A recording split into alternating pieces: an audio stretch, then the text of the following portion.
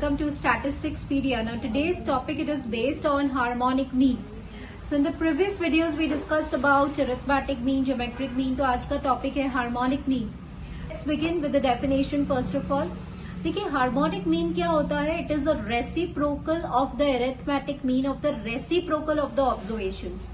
ठीक है ना? Now this is here I am emphasizing कि reciprocal of the arithmetic mean, मतलब मीन का जो फॉर्मूला है उसका इनवर्स लेना है of the reciprocal of the observations. Reciprocal मतलब क्या होता है स्टूडेंट्स? अगर आपकी ऑब्जर्वेशन लेट से 2 है तो रेसिप्रोकल ऑफ 2 क्या होता है? 1/2 होता है.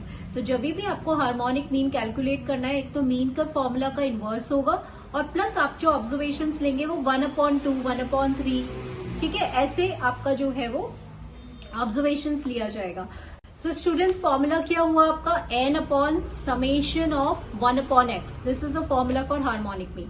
अब सपोज अगर आपका डिस्ट्रीब्यूशन डिस्क्रीट सीरीज है, अब सपोज अगर आपका डिस्क्रीट डिस्ट्रीब्यूशन है, मतलब अगर आपको x गिवन है और f अगर आपको फ्रीक्वेंसीज गिवन है, तो आपका फॉर्मूला क्या हो जाएगा harmonic mean? Summation of f divided by summation of f/x. तो यहाँ पे एक तो अरिथमेटिक मीन का फॉर्मूला का इनवर्स ले रहे हैं आप, और जो ऑब्जर्वेशंस है उसको आप 1/x के फॉर्म में डाल रहे हैं. तो ये बस थोड़ा सा हमें ध्यान रखना है. आगे हम ऑब्जेक्टिव क्वेश्चंस में इस फॉर्मूले को इम्प्लीमेंट करना भी देखेंगे. कंबाइंड हार्मोनिक मीन का फॉर्मूला, सपोज आपके पास 2 ऑब्जर्वेशंस है, n1 n2, 2 harmonic means given है आपको h1 h2. तो कंबाइंड hm का फॉर्मूला क्या होगा? n1 plus n2 upon n1 upon h1 plus n2 upon h2. तो ये आपका कंबाइंड hm का फॉर्मूला हो जाता है. इसके भी सम टाइम्स, बहुत रेयरली क्वेश्चंस के फॉर्म में आ जाता है. तो दिस इजली जो है वो मेरिट्स देते हैं about harmonic mean. Harmonic mean जो होता है वो रिजिडली डिफाइंड होता है, मतलब कि क्लियरली डिफाइंड होता है, सारी ऑब्जर्वेशंस पे बेस्ड होता है. और एक इसमें पॉइंट जो मोस्ट इंपॉर्टेंट पॉइंट है कि हार्मोनिक मीन उन सारी सीरीज के लिए सूटेबल होता है जहां पे हम लार्जर वेट्स असाइन करते हैं स्मॉलर वैल्यूज को और स्मॉलर वेट्स असाइन करते हैं लार्जर वैल्यूज को. अब इसका मीनिंग समझिए, ये बहुत सारे फ्रीक्वेंटली आस्क्ड ऑब्जेक्टिव क्वेश्चन है स्टूडेंट्स, बिल्कुल ध्यान दीजिएगा कि यहाँ पे हम क्या बोल रहे हैं, जो छोटी वैल्यूज है उसको ये ज्यादा वेट देता है. वेट मतलब उसको ज्यादा फ्रीक्वेंसी देता है, उसको ज्यादा इंपॉर्टेंस देता है, और जो बड़ी वैल्यूज हैं उसको ये कम वेटेज देता है. तो ये ऐसी सीरीज या ऐसे डिस्ट्रीब्यूशंस में यूज में आता है जिनकी छोटी वैल्यूज की फ्रीक्वेंसी ज्यादा है, वेटेज ज्यादा है, और लार्ज वैल्यूज की फ्रीक्वेंसीज कम है. तो बिल्कुल ध्यान रखिएगा ये वाला पॉइंट, ये बहुत ऑब्जेक्टिव क्वेश्चंस में पूछा जाता है. किड्स देखते हैं, देखिए हार्मोनिक मीन जो होता है वो थोड़ा सा it is difficult to understand, समझने में थोड़ा सा मुश्किल होती है इसको समझने में. इजीली हम इसको अप्लाई नहीं कर सकते. कोई भी ऑब्जर्वेशन 0 है तो हार्मोनिक मीन को आप कंप्यूट या कैलकुलेट नहीं कर सकते हैं. तो ये भी इसका जो है वो एक डीमेरिट है स्टूडेंट्स. तो ये 2 डीमेरिट्स आपको याद रखने हैं, ठीक है.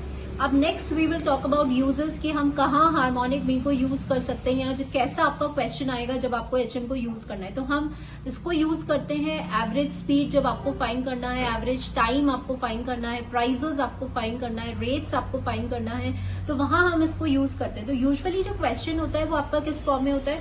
जैसे किलोमीटर पर आवर है, वर्क डन पर आवर है, प्राइस पर यूनिट है.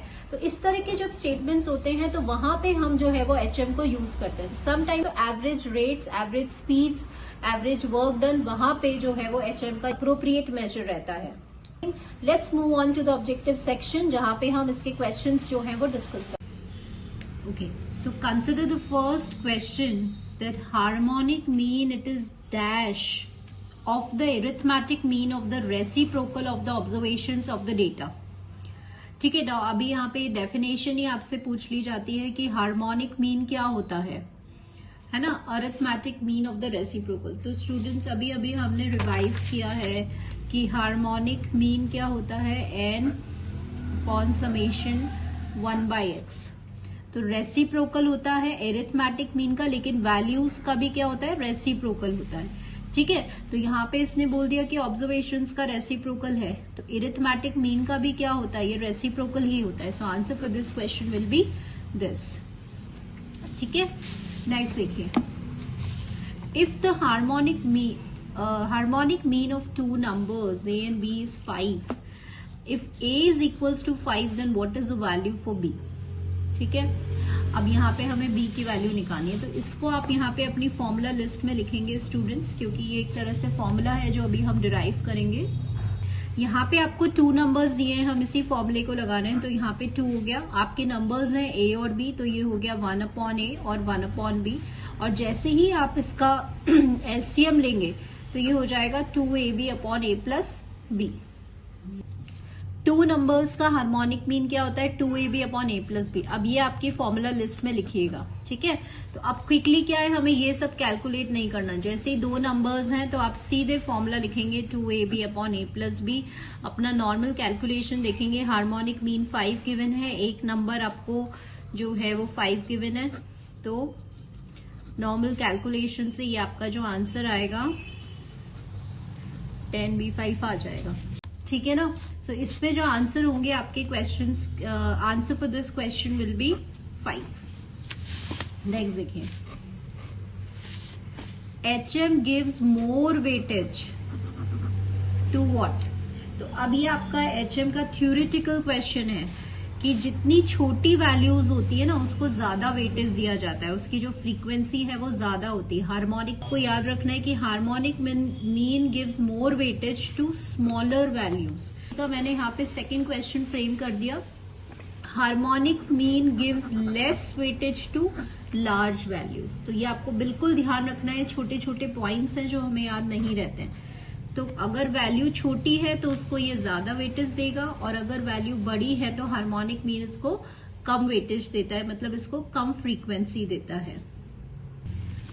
For further algebraic treatment harmonic mean is suitable, not suitable, sometimes suitable या नन। अब इस क्वेश्चन को समझ लीजिए कि अगर हम आगे के लिए फर्दर एल्जेब्रिक ट्रीटमेंट मतलब क्या, अगर आप कोई भी स्टैटिस्टिकल प्रोसेसिंग करते हैं तो क्या हार्मोनिक मीन कहाँ कहाँ यूज में आ सकता है, क्या इसका यूज हम आगे ले सकते हैं? तो इसका आंसर है इट इज नॉट suitable, ठीक है। अब मैं आपको इसका मीनिंग समझाती हूँ। जैसे कि मीन है ना, मीन हर जगह काम में आता है। कंबाइंड मीन में देख लीजिए, है ना, वेरिएंस आप कैलकुलेट करेंगे, आप कोरिलेशन कैलकुलेट करेंगे, आप रिग्रेशन कैलकुलेट करेंगे, आप सैम्पलिंग निकालेंगे, अनोवा लेंगे, डिजाइन ऑफ एक्सपेरिमेंट, हर जगह आपको मीन निकालने की जरूरत पड़ती है।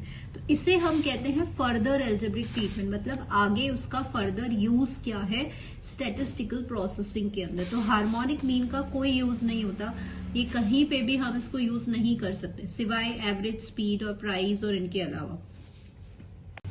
Harmonic mean of the reciprocal of the first 10 natural numbers भी, ये फॉर्मूला लिस्ट में लिखना है आपको, बहुत काम आने वाला है हमारी कैलकुलेशन में।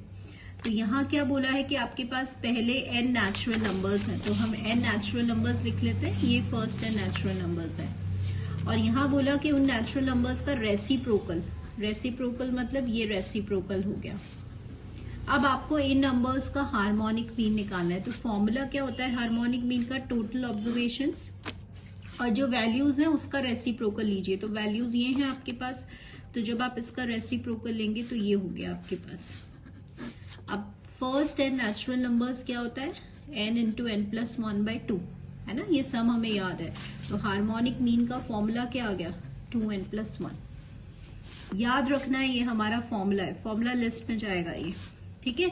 अब क्वेश्चन कैसे आएगा? अब आपसे कोई सा भी क्वेश्चन पूछ लेते हैं स्टूडेंट्स, ये पूछ लेते हैं सपोज कि इसका हार्मोनिक मीन बताओ, तो आप क्या करेंगे, यहाँ पे n की जगह आप सीधे 50 डालेंगे और आंसर हो जाएगा 2/51।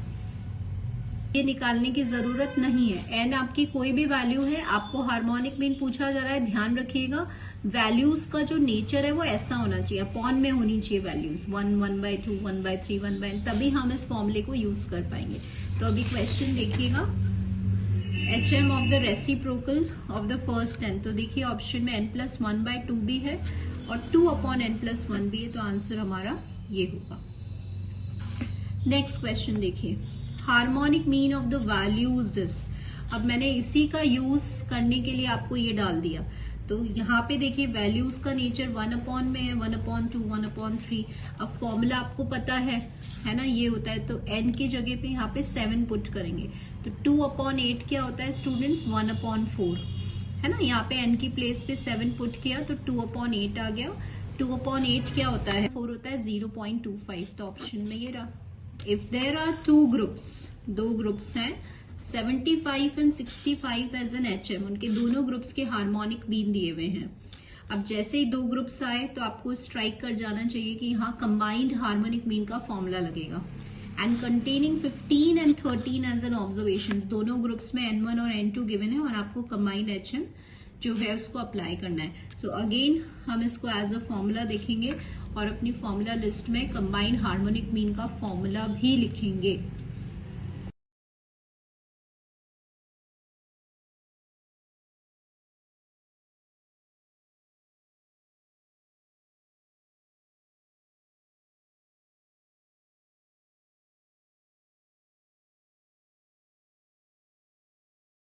$70 हो गया ये आंसर आपका।